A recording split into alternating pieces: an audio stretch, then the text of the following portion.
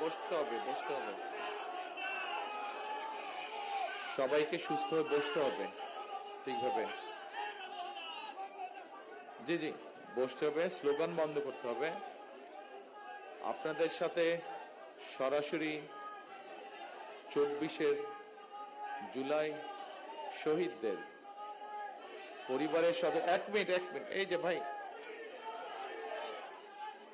Please please please,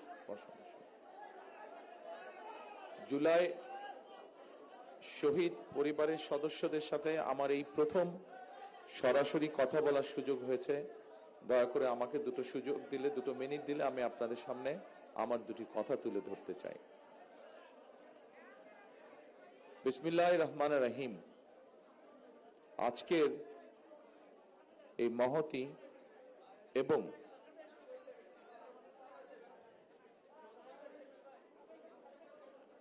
এই মর্মস্পর্শী অনুষ্ঠানের সম্মানিত সভাপতি জনাব নজরুল ইসলাম খান, মঞ্চে উপস্থিত গণতন্ত্রের অন্যতম সংগ্রামী নেতা জনাব রুহুল কবির রিজভী এবং আমার সামনে উপস্থিত 24 জুলাই শহীদ পরিবারের সদস্যবৃন্দ, জুলাই যোদ্ধা, আহত মুক্তিযোদ্ধাবৃন্দ এবং সাংবাদিক প্রিয় ভাই ও বোনেরা, আসসালামু আলাইকুম। আজকে আপনারা যারা উপস্থিত হয়েছেন, কিছু সংখ্যক মানুষ এখানে শহীদ পরিবারের সদস্য অথবা যারা জুলাই বিপ্লব আন্দোলনে শরিক হয়েছেন এবং শারীরিকভাবে ক্ষতিগ্রস্তের শিকার হয়েছেন, এরকম আহত মুক্তিযোদ্ধারা এখানে কিছু সংখ্যক উপস্থিত আছেন যারা বক্তব্য রেখেছেন। আমি যখন ওখানে বসে দেখছিলাম, আমি দেখতে পাচ্ছিলাম বহু মানুষ এখানে আপনারা উপস্থিত আছেন, শহীদ পরিবারের সদস্য, আহত যোদ্ধাদের মধ্যে যারা তাদের কষ্টের কথা তুলে ধরতে চাইছেন বা বলতে চাইছেন। সবাইকে আমরা আজকের এই অনুষ্ঠানের সুযোগ দিতে পারিনি, তার জন্য আমি আন্তরিকভাবে যারা অনুষ্ঠানের আয়োজন করেছেন তাদের পক্ষ থেকে ক্ষমা প্রার্থী আপনাদের কাছে। সম্মানিত শহীদ পরিবার এবং সম্মানিত যোদ্ধাবৃন্দ, আজকের এই সংখ্যাটি অনেক বিশাল। এই বিশাল সংখ্যার মধ্যে প্রত্যেককে যদি আমরা সুযোগ দেই, হয়তো এই দিন পেরিয়ে আগামী দিন চলে আসবে। 1 মিনিট করেও যদি কথা বলেন আপনারা, সেজন্যই হয়তো সবাইকে সুযোগ দেওয়া সম্ভব হয়নি।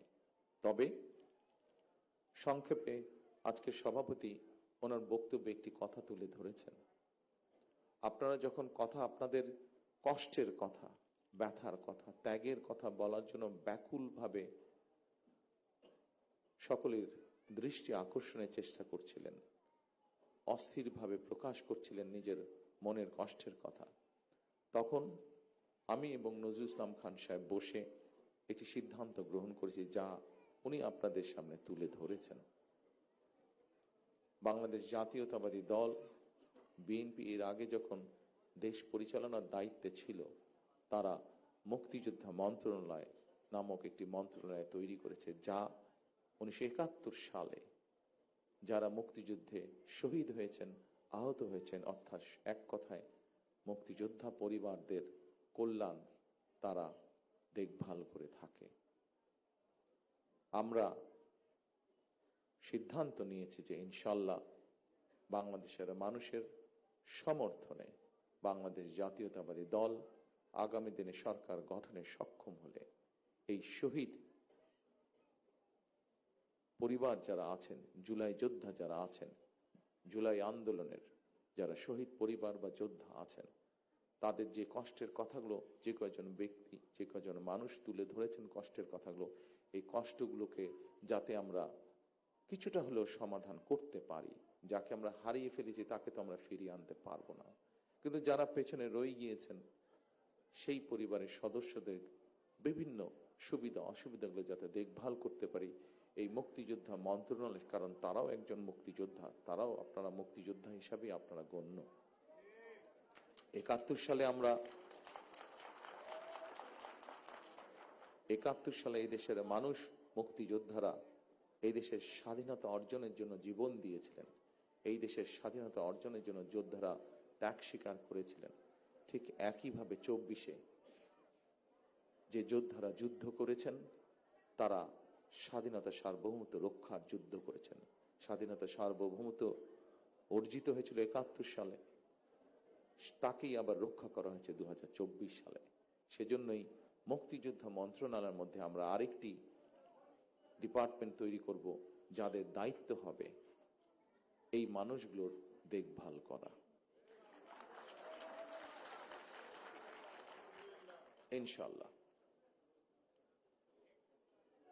সম্মানিত শহীদ পরিবারের সদস্যবৃন্দ, সম্মানিত জুলাই যোদ্ধারা, দীর্ঘ 1.5 দশকেরও বেশি সময় ধরে চলা ফ্যাসিবাদ বিরোধী আন্দোলনে হাজার হাজার মানুষ গুম হয়েছে, খুন অপহরণের শিকার হয়েছে। এইরকম অনেকগুলো পরিবারের সাথে গতকাল আমার কথা হয়েছে, দেখা হয়েছে। অসংখ্য অগণিত পরিবার সব হারিয়ে ছিন্ন বিচ্ছিন্ন হয়ে গিয়েছে। শুধুমাত্র জুলাই গণ অভ্যুত্থানেও 1400-রও বেশি মানুষ শহীদ হয়েছেন, আহত হয়েছেন 30,000-এর মতন মানুষ। এই 30,000-এর মতন মানুষের মধ্যে এমন কিছু মানুষ আছেন যাদের সংখ্যা 500-র মতন, যাদের কারো এক চোখ অথবা কারো 2 চোখই নষ্ট হয়ে গিয়েছে, পঙ্গু হয়েছেন অনেকে। জুলাই অভ্যুত্থানে যেভাবে মানুষকে হত্যা করা হয়েছে, 1,500-এর মতন মানুষকে যে হত্যা করা হয়েছে, এটিকে এক বাক্যে স্রেফ আমরা একটি গণহত্যা বলতে পারি। জুলাই গণ অভ্যুত্থানে যারা বিভিন্নভাবে আহত হয়েছেন তাদের অনেকেই আজকের এই অনুষ্ঠানে উপস্থিত আছেন, আমাদের সামনে বক্তব্য রেখেছেন কেউ কেউ। অনুষ্ঠানে অংশগ্রহণকারী আহতদের যারা বক্তব্য রেখেছেন তাদের কষ্টের কথাগুলো আমরা শুনেছি। প্রিয় ভাইয়েরা, আপনাদের কারণেই, আপনাদের সাহসী ভূমিকার কারণেই যারা শহীদ হয়েছেন, যারা আহত হয়েছেন, আপনাদের সাহসী ভূমিকার কারণেই ফ্যাসিবাদী চক্র শুধুমাত্র রাষ্ট্র ক্ষমতা নয়, বরং এই দেশ ছেড়ে পালিয়ে যেতে বাধ্য হয়েছে। 2024 সালের 19 আগস্ট আমি আপনাদের ভূমিকার কথা স্মরণ করে একটি বক্তব্য রেখেছিলাম। সেই বক্তব্যে আমি বলেছিলাম, বিশ্ববিদ্যালয়ের ছাত্র শহীদ আবু সাইদ, মাহফুজুর রহমান মুগ্ধ, কলেজ ছাত্র ওয়াসিম আকরাম, মাদ্রাসা ছাত্র আব্দুল্লাহ আল মামুন, স্কুল ছাত্র রিফাত হোসেন,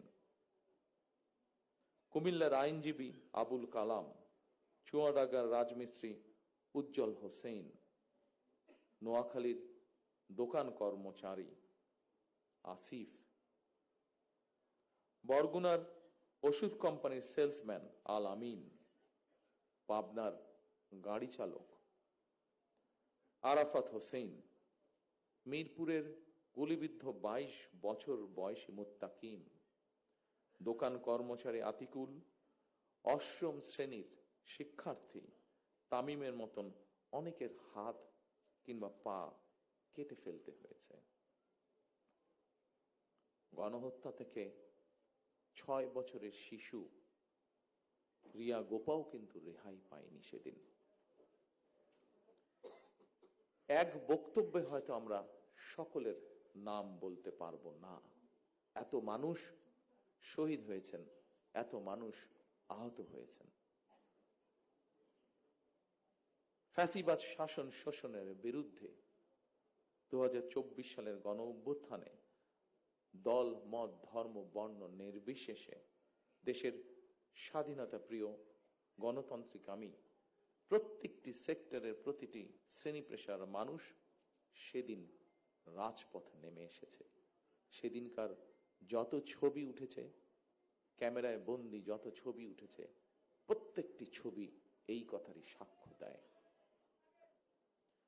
2024 সালের আন্দোলন কোন ব্যক্তি, দল বা গোষ্ঠীর নয়।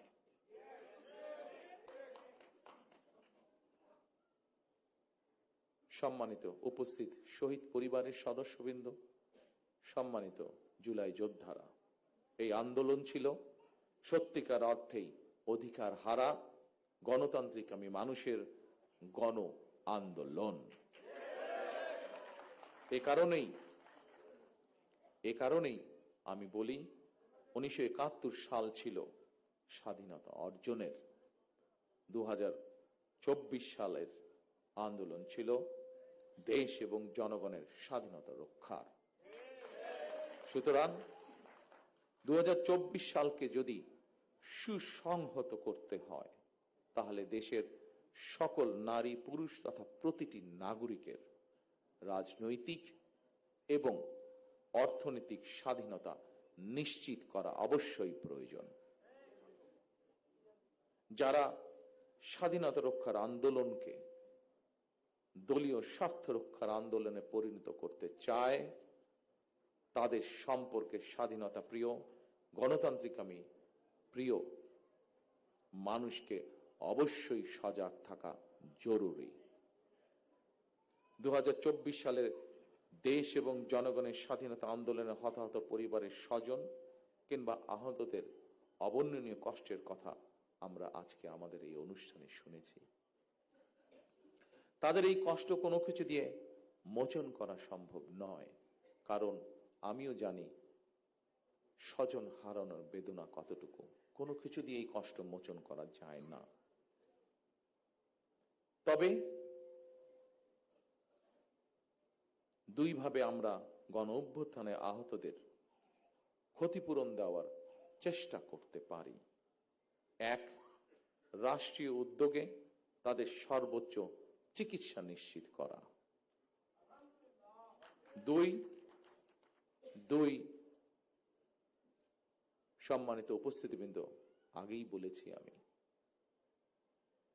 যে উদ্দেশ্য নিয়ে এই সাহসী মানুষগুলো রাজপথে নেমে এসেছিলেন, রাষ্ট্র এবং সমাজ সেই উদ্দেশ্য বাস্তবায়ন করা, অর্থাৎ মানুষের রাজনৈতিক অধিকার, প্রত্যেকটি দল মত নির্বিশেষে প্রত্যেকটি মানুষের রাজনৈতিক এবং তার যোগ্যতা অনুযায়ী তার অর্থনৈতিক অধিকার নিশ্চিত করা।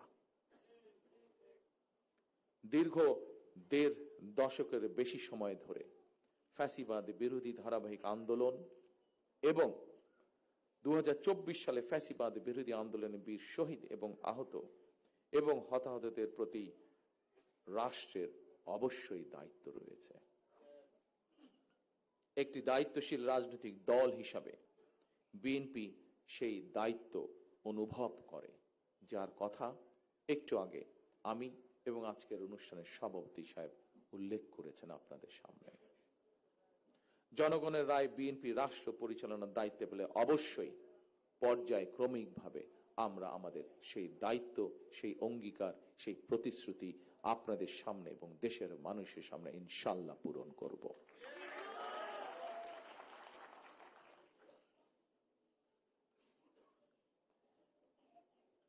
উপস্থিত প্রিয় ভাই বোনেরা, ফ্যাসিবাদের রক্তচক্ষু উপেক্ষা করে গণ অভ্যুত্থানে যারা শহীদ হয়েছেন, যারা হতাহত হয়েছেন, তাদের উদ্দেশ্য কি ছিল?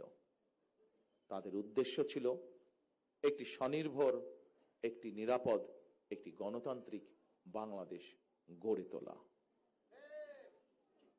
একটি নিরাপদ গণতান্ত্রিক বাংলাদেশ প্রতিষ্ঠার জন্য আগামী জাতীয় নির্বাচন অত্যন্ত এবং অত্যন্ত গুরুত্বপূর্ণ। আমরা যদি একটি নিরাপদ গণতান্ত্রিক বাংলাদেশ প্রতিষ্ঠা করতে ব্যর্থ হই, প্রিয় ভাই বোনেরা, আমরা যদি একটি নিরাপদ গণতান্ত্রিক বাংলাদেশ প্রতিষ্ঠা করতে ব্যর্থ হই আগামী দিনে, তাহলে এভাবেই আমাদেরকে শোক সমাবেশ আর শোকগাথা চলতে থাকবে।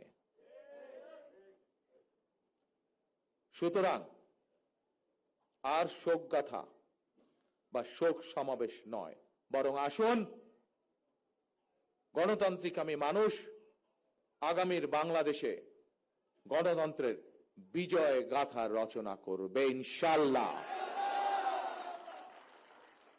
সর্বশেষে মহান আল্লাহর দরবারে সকল শহীদদের আত্মার মাগফিরাত কামনা এবং আহতদের দ্রুত আরোগ্য কামনা করে আমার বক্তব্য শেষ করছি।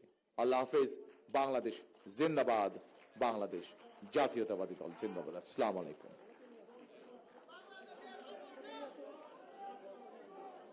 ধন্যবাদ মাননীয় প্রধান অতিথিকে ওনার চমৎকার বক্তব্যের জন্য। প্রিয় নেতৃবৃন্দ, আপনারা পুরো অনুষ্ঠানে আপনাদেরকে সহযোগিতা করেছেন, আপনাদের সহযোগিতা চাইব। আপনাদের